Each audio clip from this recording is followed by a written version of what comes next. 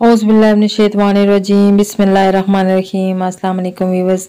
आज मैं आपके साथ एक नज़र कमज़ोर और सर दर्द के लिए मेडिसिन जो बहुत ज़बरदस्त और बहुत टेस्टी बनती है, ख़ासतौर पे बच्चों के लिए, वो शेयर कर रही हूँ। इसके लिए जो हमें चीज़ें चाहिए,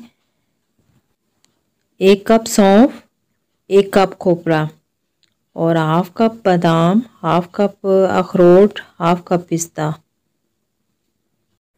हाफ कप चार मगज़, हाफ कप चीनी और 1/4 कप सब्ज़ इलायची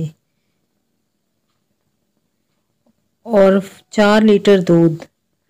बहुत ज़बरदस्त रेमेडी है, स्पेशली उन बच्चों के लिए जिनकी नज़र कमज़ोर हो रही है और सर में दर्द की शिकायत करते हैं, उनके लिए बहुत अच्छी है। तो इंशाल्लाह आप ज़रूर बनाएं, बहुत ज़बरदस्त है। सबसे पहले हमने सौंफ को साफ़ करके इनको ग्राइंड कर लेना है, क्योंकि सौंफ में मिट्टी होती है, इसलिए मैंने साफ़ करने का भी आपको बता दिया है। सब्ज़ इलायची और ड्राई फ्रूट भी सबको ग्राइंड कर लेना है, बादाम, पिस्ता, अखरोट सबको, 4 मगज़ सबको। दूध बॉयल करने के लिए रख दिया मैंने।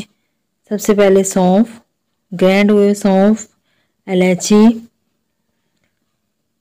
और सारे ड्राई फ्रूट डाल के हमें इसको पका लेना है। चीनी भी साथ ही शामिल कर लेनी है।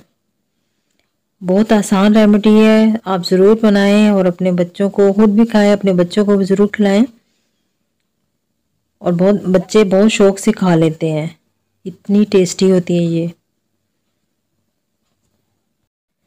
लो फ्लेम पे पकाते रहना है और साथ साथ चम्मच हिलाते रहना है, क्योंकि हमने दूध को बिल्कुल खुश्क करना है। तो इसके लिए हमें इसके पास खड़े होके इसको कुक करना है।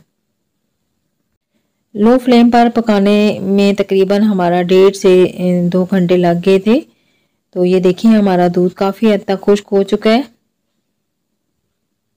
और दूध को बिल्कुल खुश्क कर देना है, तभी हमारी ये तकरीबन 1 महीने तक चल सकेगी, इसमें फंगस नहीं लगेगी। जितना अच्छा दूध खुश्क हुआ होगा इसके अंदर, अगर दूध की नमी रहेगी तो इसको जल्दी फंगस लग जाएगी और ये हमारी ख़राब हो जाएगी। ये देख सकते हैं आपके बिल्कुल इसके अंदर से दूध खुश्क हो चुका है और ये ठंडी हो चुकी है। और इसको मैंने एयरटाइट जार में डाल दिया था और तकरीबन 1 मंथ तक आप इसको इस्तेमाल कर सकते हैं, बिल्कुल नहीं ख़राब होती। दूध के साथ भी ले सकती हैं और वैसे भी आप इसको गर्म करके खाएं तो बहुत मज़े की होती है। तो एक दफ़ा ज़रूर बनाएं। और अगर आपको मेरी वीडियो पसंद आई तो मेरी वीडियो को लाइक करें, शेयर करें और मेरे चैनल को सब्सक्राइब करें। अल्लाह पाक सबके ऊपर अपना ख़ास रहम करें।